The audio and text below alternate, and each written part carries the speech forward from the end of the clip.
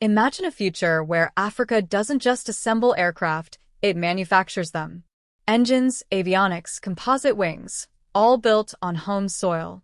Now imagine one man openly declaring that this future is not only possible, it's already underway. That man is Maxwell Chikumbutso, a controversial inventor from Zimbabwe often linked to self-powered vehicles, off-grid energy systems, and wireless power demonstrations. But in 2026, he put forward a new target: 50% locally manufactured aircraft by 2030. And the world suddenly started paying attention. This isn't a small prediction. It's a national-scale industrial leap involving heavy engineering, advanced supply chains, certification standards, and huge capital infrastructure. If Maxwell is serious, the question becomes, is Africa on the edge of its first aerospace manufacturing era? To understand where this ambition comes from, we need to rewind. Because Maxwell didn't begin with aviation. He started with alternative energy systems, small prototypes that impressed some engineers and infuriated others. He showed off generators that didn't require traditional fuel, EVs that allegedly recharged themselves, and radio frequency power systems that sparked waves online. Whether you believed him or not, one thing was clear. He thinks in decades, not months. And that same mindset has now collided with aviation. The idea of a 50% locally manufactured aircraft sounds simple until you break down what an aircraft actually is. It's not just aluminum skin and rivets. It's turbines, flight control systems, hydraulics, composite fuselage frames, radar, navigation, landing gear, avionics, heat-treated alloys, and flight-certified electronics. Every component must meet international aviation standards. Every material must pass stress analysis, fatigue cycles, thermal tests, and metallurgical inspections. And every part must be tracked through production like a military asset. Right now, only a handful of nations fully manufacture aircraft: the US, France, Russia, China, and, to some extent, Brazil. These programs took billions of dollars, decades of research, and government-level support. So when Maxwell speaks about factories delivering aircraft parts by 2030, analysts naturally ask, where are these factories, who is funding them, and what exactly will they produce?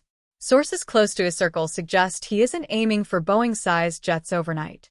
Instead, the plan begins with short-range turboprops and electric hybrid trainers, smaller, lighter platforms that don't require massive jet engine lines or complex avionics suites. These aircraft are cheaper, faster to certify, and directly useful for Africa's aviation landscape, where short-haul rural routes dominate. If this is true, then 50% local manufacturing doesn't mean building entire planes from scratch. It means producing certain major assemblies domestically.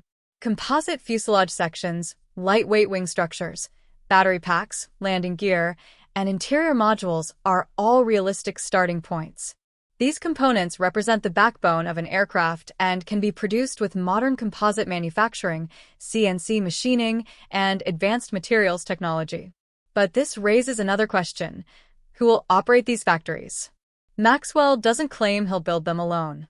Rumors point to partnerships with local universities, international suppliers, and African-focused investment networks. The strategy would mirror how Brazil's Embraer grew: start small, specialize, build reputation, scale globally. And here's where things get interesting.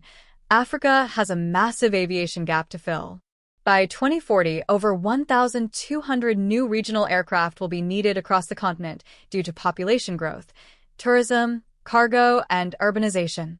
If even a fraction of those are manufactured or assembled locally, it would create a multi-billion-dollar ecosystem of materials, electronics, tooling, and skilled labor.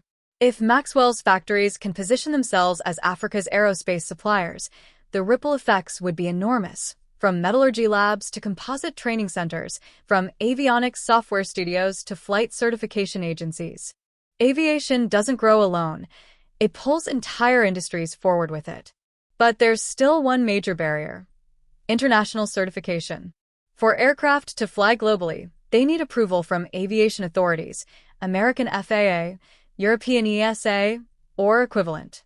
Achieving certification isn't just engineering, it's paperwork, inspections, traceability, documentation, quality management systems, and rigorous safety audits. This is where analysts believe Maxwell's bold 2030 target will be tested the hardest. Manufacturing parts is one thing. Certifying them for commercial flight is another. And global aviation regulators will not compromise on standards, no matter how revolutionary the project sounds. Yet something unusual is happening quietly across Africa. Countries like South Africa, Nigeria, Egypt, Kenya, Rwanda, and Ethiopia are investing in aerospace training, satellite programs, and drone manufacturing. They're building flight academies, MRO hubs, and composite centers. The foundation is forming, slowly, silently, but consistently. This is the world Maxwell believes can evolve into a full aerospace manufacturing ecosystem. And to his supporters, the 50% aircraft goal isn't a fantasy, it's a catalyst. Some even argue that the biggest obstacle isn't engineering or certification, it's perception. Once Africa manufactures one certified aircraft component, even a small fuselage panel, the narrative shifts. Investors gain confidence, suppliers show interest, governments offer tax breaks, and aerospace clusters begin to form. But there was another question almost nobody asked out loud. Even if Maxwell could build the technology, could Africa produce the supply chains fast enough? Planes need precision parts, avionics, control systems, composites, engines, wiring harnesses, and every component has to pass international aerospace standards. Failure is not an option when you're 30,000 feet in the air. Maxwell knew this better than anyone, and that's why his plan wasn't just about assembling planes, it was about building an industrial ecosystem around them. He started quietly forming small joint ventures with local machining shops, composite fabricators, and electronics firms, the kind of partnerships that don't make headlines, but silently reshape an industry. He pushed for training programs that didn't just teach workers how to operate machines, but how to solve engineering problems. And slowly, something unusual began happening. Foreign engineers stopped looking at Africa as a talent importer and started viewing it as a manufacturing competitor.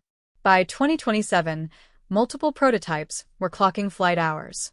Not flawless, not commercial ready, but flying, and flying well. The aerospace observers who once dismissed Maxwell as just another inventor began paying attention. Trade journals wrote cautiously optimistic pieces. Defense analysts asked for briefings.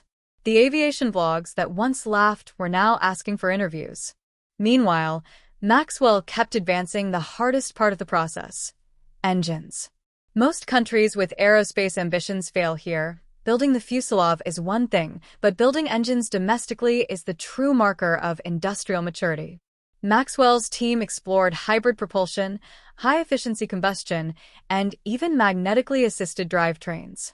Nobody knew exactly how much progress they were making, but leaked facility photos showed test stands, fuel rigs, and acoustic shielding, the kind you don't install unless you're seriously testing engines. Then came the certification conversation, the final boss of aircraft development. It's where paperwork, testing, flight logs, stress cycles, and engineering data collide. But it's also where geopolitical influence plays its cards. Some countries have waited decades for certification approvals. Maxwell knew Africa didn't have decades to waste, so he proposed something unconventional: regional certification authorities working in parallel with global standards, not beneath them. It was bold. It was controversial. And it made Western regulators nervous. But here was the twist: African governments supported it. Not because they wanted lower standards, but because they wanted equal footing. For the first time, it looked like Africa wouldn't just buy aviation rules, it would help write them. As 2030 approached, the world started asking whether Maxwell could actually hit his 50% locally manufactured target. Critics claimed the supply chain wasn't ready. Supporters argued that Africa had been underestimated for too long. Investors watched carefully, waiting for either failure or the next aerospace miracle. What nobody expected was who stepped in next: a coalition of African universities, defense ministries, and private aerospace firms who offered something Maxwell never had before: scale. Machines, funding, labs, testing infrastructure, wind tunnels, simulation servers. Suddenly, Maxwell's vision stopped looking like a lone inventor's dream and started resembling a national aerospace strategy. Now, the countdown to 2030 doesn't feel theoretical. It feels like a race. A race between ambition and time, between skepticism and proof, between an inventor with a dream and a continent ready to change its story.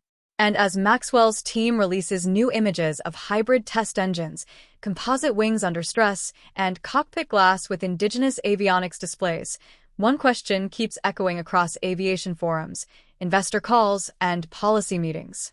Because if Africa pulls this off, the consequences won't stay within aviation.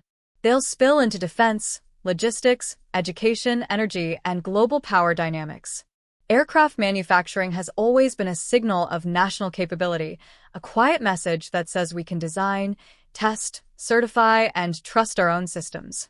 And Maxwell understands that symbolism better than most.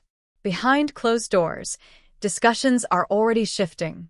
Instead of asking whether Africa can build aircraft, analysts are now asking how fast it can scale once the first certified components roll out. Because once that barrier is broken, everything accelerates. Suppliers trust the process. Insurers adjust risk models. Airlines place experimental orders. Governments begin negotiating long-term procurement contracts. And that's where Maxwell's 50% target starts to look less like a gamble and more like a stepping stone. Because 50% local manufacturing doesn't mean isolation. It means leverage.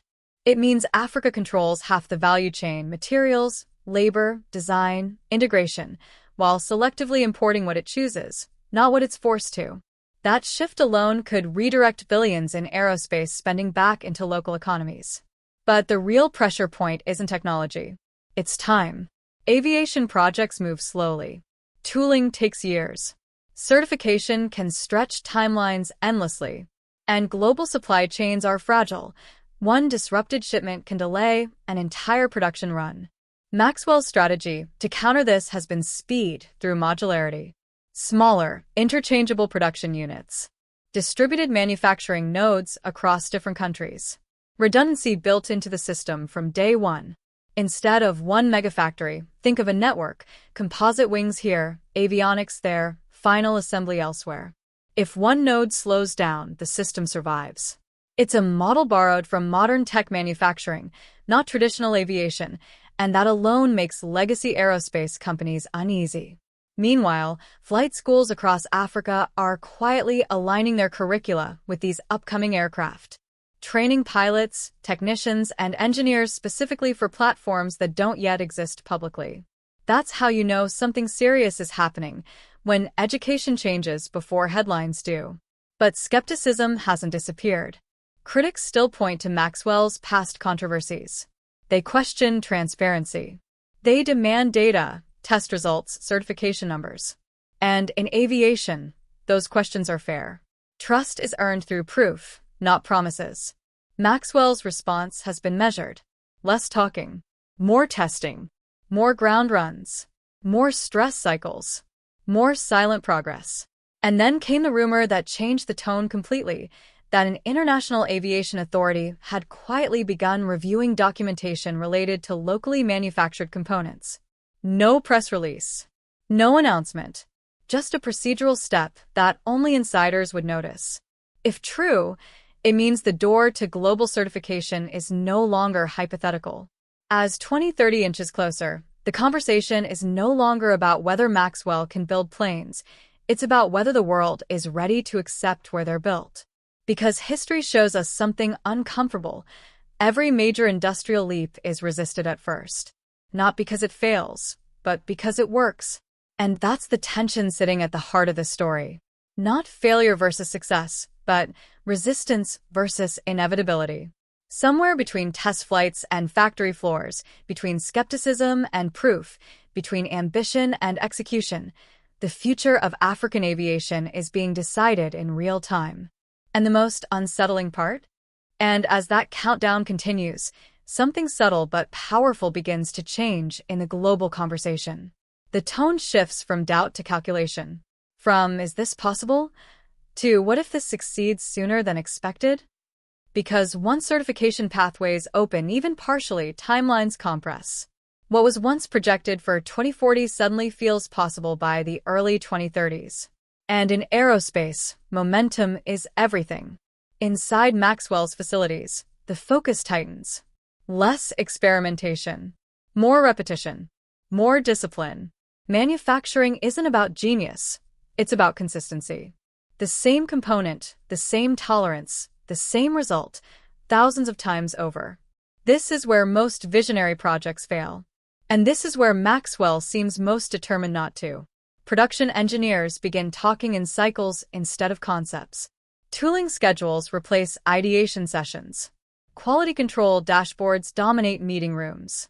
The language of invention slowly gives way to the language of industry. Outside those walls, something else is happening. African governments, once cautious, begin adjusting policy quietly. Import duties on aerospace materials are reduced. Special economic zones are extended. Training visas are fast-tracked. These aren't grand announcements. They're administrative moves that signal confidence without attracting resistance. Because if this works, no one wants to be seen as the one who stood in the way. International suppliers notice too.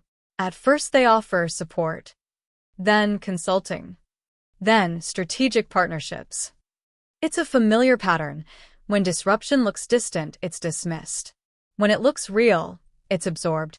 But Maxwell's team remains selective. Control of core processes stays local. That's the non-negotiable line. Knowledge can be shared. Ownership cannot. This is where the 50% target becomes more than a number. It becomes a firewall, a way to ensure that even if global partners walk away, the system doesn't collapse. Half the aircraft, built at home, with domestic capability preserved. And yet, the pressure is relentless. Every delay invites criticism. Every silence fuels speculation. Every prototype flight is scrutinized frame by frame. A single incident could set the narrative back years, which is why testing becomes obsessive. Wings are flexed past expected loads. Landing gear is slammed into runways again and again. Avionics are stress-tested against interference, heat, cold, dust, humidity, environments African aircraft will actually face, not idealized conditions.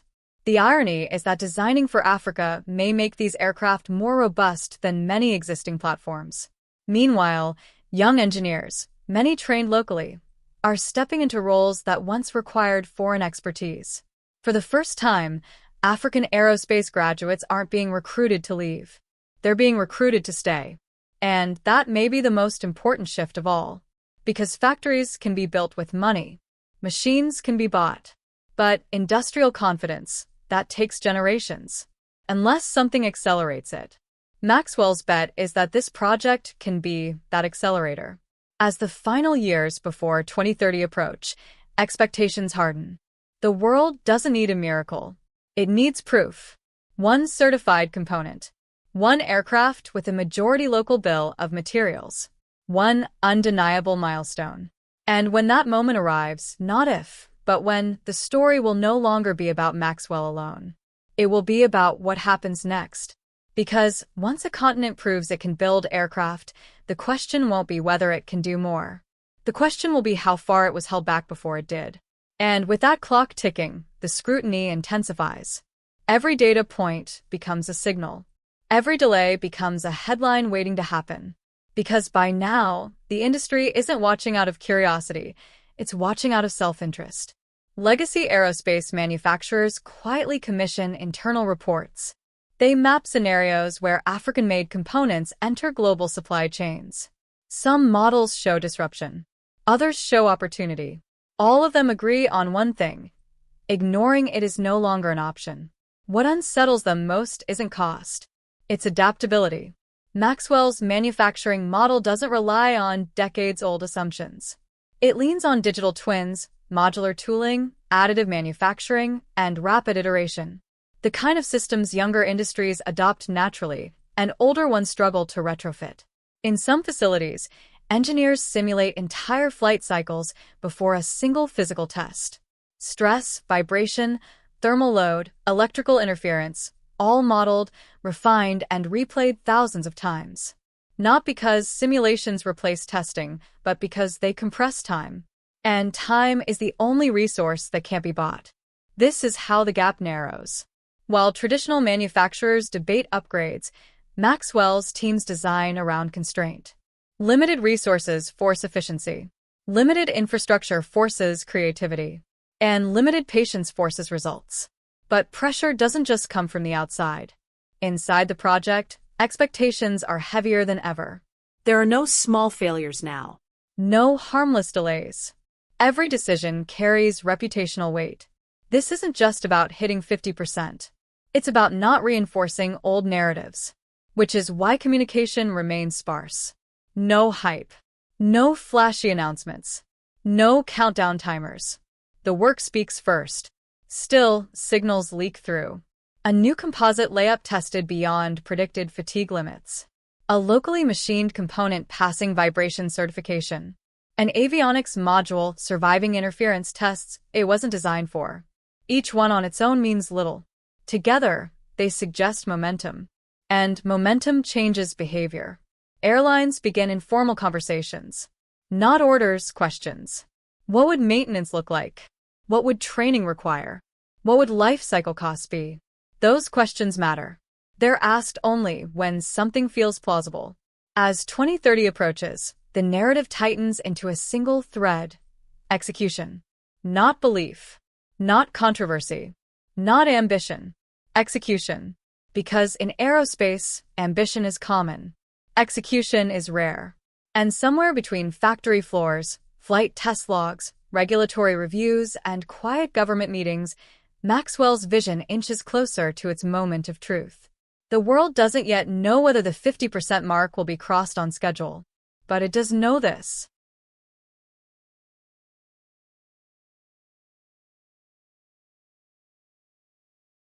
And as the story keeps unfolding, another shift begins to surface, not in factories or flight tests, but in mindset. For decades, aerospace power was centralized.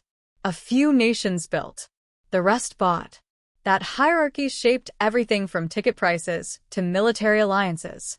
But the moment local manufacturing crosses a critical threshold, that hierarchy weakens. Maxwell knows this. And so do the people quietly watching him. Because once 50% local manufacturing becomes reality, it creates a foundation that can't be undone. Skills compound. Tooling improves. Engineers train the next generation. Suppliers refine processes. And suddenly, the leap from 50% to 60%, from 60% to 70%, no longer looks impossible, it looks inevitable. This is why the resistance hasn't been loud. It's been procedural. Extra reviews. Longer audits. Slower approvals. Not outright rejection, just friction. Enough to test patience. Enough to expose weak commitment. But patience, oddly enough, may be Maxwell's strongest advantage. He isn't racing headlines. He's racing history. Inside the facilities, a quiet discipline settles in. Teams stop talking about what could be built and focus on what must be delivered. Documentation becomes as important as design. Traceability becomes sacred. Every bolt, every wire, every composite layer is logged, tracked, verified. Because certification doesn't care about vision. It cares about evidence. And evidence is accumulating. At the same time, something unexpected happens in global aviation circles.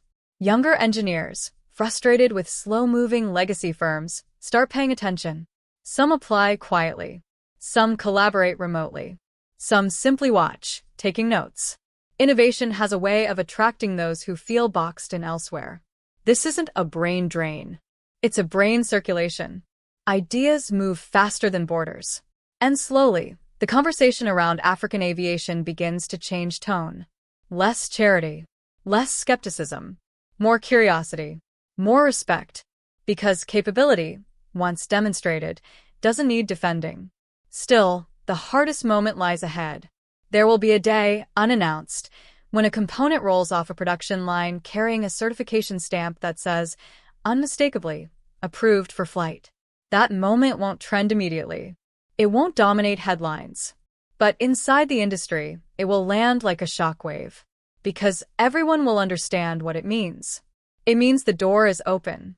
And once a door like that opens, it never fully closes again. The race to 2030 continues, not as a spectacle, but as a process. A series of quiet victories. A few painful setbacks. A lot of unseen work. And somewhere in that process, the line between ambition and reality grows thinner by the day. The question now isn't whether this story reaches an ending. And so the question that began this journey finally comes into focus. Can Maxwell Chikumbutso reach 50% locally manufactured aircraft by 2030? The honest answer is this. No one can guarantee the date. Aerospace timelines rarely respect ambition. Certification takes longer than expected. Supply chains break. Politics intervene. Reality pushes back. But the more important truth is this. The moment the first certified component is built locally, the question stops being if and becomes how far. Because manufacturing aircraft isn't about one factory or one inventor. It's about building confidence, capability, and continuity. And those are already taking shape. Even if the 50% mark arrives a year late or 2 years late, it will still represent something unprecedented, a shift in where aviation power is created and who gets to create it. And once that shift begins, it doesn't reverse. Maxwell's vision may not rewrite aviation overnight, but it has already done something just as powerful. It has forced the world to reconsider what is possible and who gets to define it. The next decade will reveal whether this ambition becomes an industry or a cautionary tale. But one thing is already certain.